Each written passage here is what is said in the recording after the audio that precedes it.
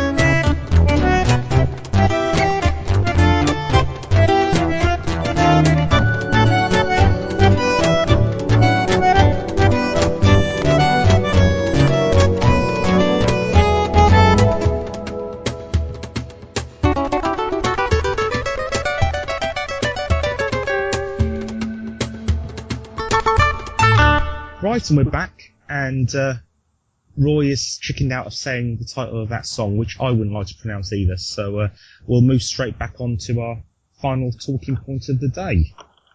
And Roy, I don't know if you want to start, or whether you'd like me to introduce people as to why we're talking about it. It relates to you, since you're the person responsible for it. I sort of blame you for it. Yeah.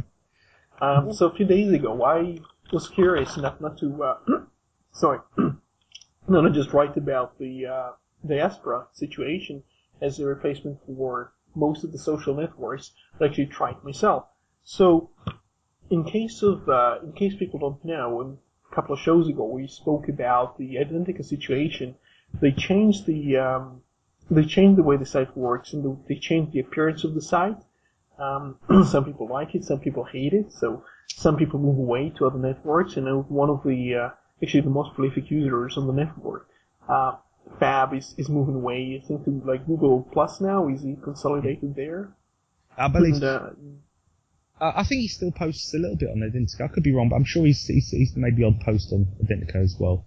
But yeah, I think for the most part he's thoroughly enjoying Google Plus, and why not? It is a great service. Yeah, but I'm always trying to be very much in good relationship with with Identica and the people who run the company. I think it's very important to have those, but I'm also thinking it would be fair to say I think there was less activity there recently. I did some searching and I did some finding out to see if it's true.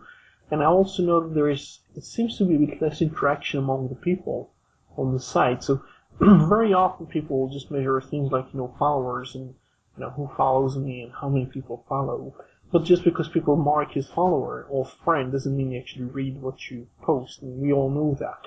So whether it's like Facebook or in Twitter, you don't really assume every single person who follows you actually literally follows you.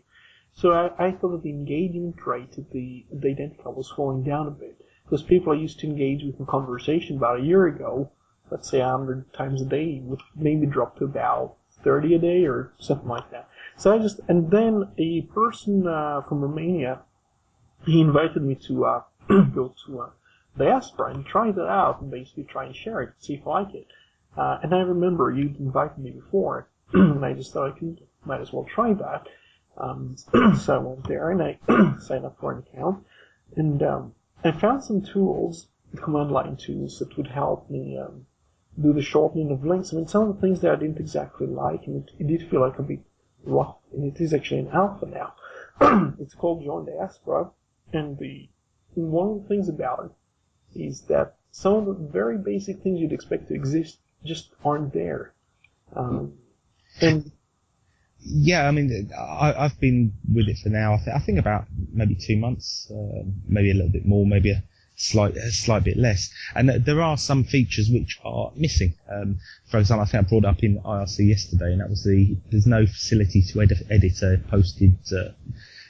posted text, and that to me is a rather basic feature. However, the argument could be put that if you're going to post something for other people to read and want other people to read it, then you should really take the time to make sure it's spelt correctly and it's grammatically correct. I think it's really a consistency thing, because sorry, once it gets a primary key or something, you're not supposed to change that, but you could actually create an alternative to it and delete that. Actually, I think that's the same case actually in all the sites like Identica and Twitter. I don't think you can edit anything. You can just create something and then delete the old one, which kind of makes sense in some ways from the point of view of consistency. You don't want to have different versions of the same thing, but I know the way it worked in Big.com at the time, around 2006 or 2007.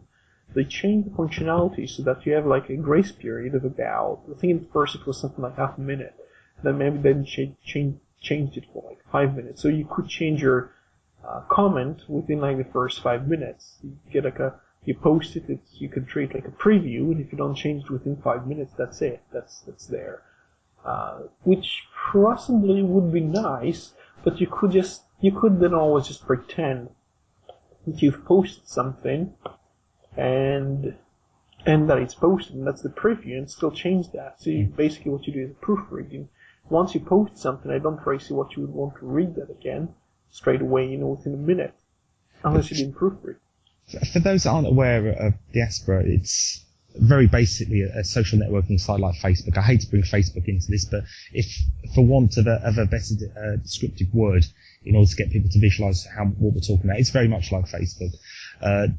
Diaspora works it's a decentralized service. So unlike Facebook, where all your data is held by Facebook, you can set up your own Diaspora pod, as they call them, and join the network, and your users can join your pod and join the big community that is Diaspora.